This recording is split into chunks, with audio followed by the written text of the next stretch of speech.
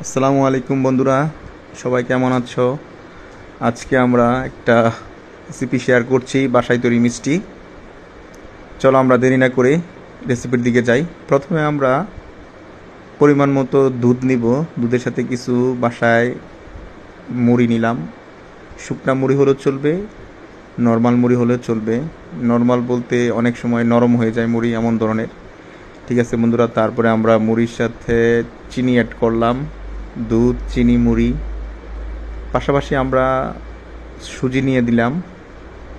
সুজি দেওয়ার পরবর্তীতে আমরা একে মানে একদম নাড়াচাড়া করতে করতে একসময় শুকিয়ে নেব। একদম যখন একটু আকারটা একটু শক্ত হয়ে যাবে তখন আমরা একটু গুঁড়া দুধ দিয়ে দিব। আমরা যে কোনো ধরনের গুঁড়া দুধ দেওয়া যায়। দেওয়ার পর আমরা এটা ভালো করে মিক্স করে নিব। মিক্স করার পরবর্তীতে আমরা সামান্য পরিমাণ ঘি দিব, যাতে করে আমরা এটা খুব সুন্দর করে ছোট ছোট মিষ্টির মতন আকার তৈরি করতে পারি। তা হয়ে গেলো আমাদের ছোট ছোট ছোট ছোট করে করা মিষ্টি। পরবর্তীতে আমরা আবার পুনরায় দুধ দিলাম। দুধের মধ্যে সামান্য এলাচি দিয়ে দেবো, যাতে করে স্মেলটা সুন্দর হয়। পাশের সাথে অ্যাড করলাম আমরা চিনি। আর চিনি পরিমাণ মতো দেবো, যতটুকু মিষ্টি মনে হয়। পরবর্তীতে আমরা আবার একটু স্মেল আসার জন্য একটু গুঁড়া দুধ অ্যাড করব। গুঁড়া দুধ অ্যাড করার পরে আমরা একটু ভালো করে নেড়ে চেড়ে পরবর্তীতে আমরা মিষ্টিগুলো দিয়ে দিব।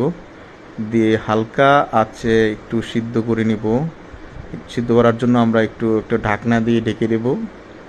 ঢাকনা দিয়ে ঢেকে রাখার ঠিক 5 মিনিট পরে আবার আমরা উঠিয়ে দেব এবং আঁচটা বন্ধ করে দেব।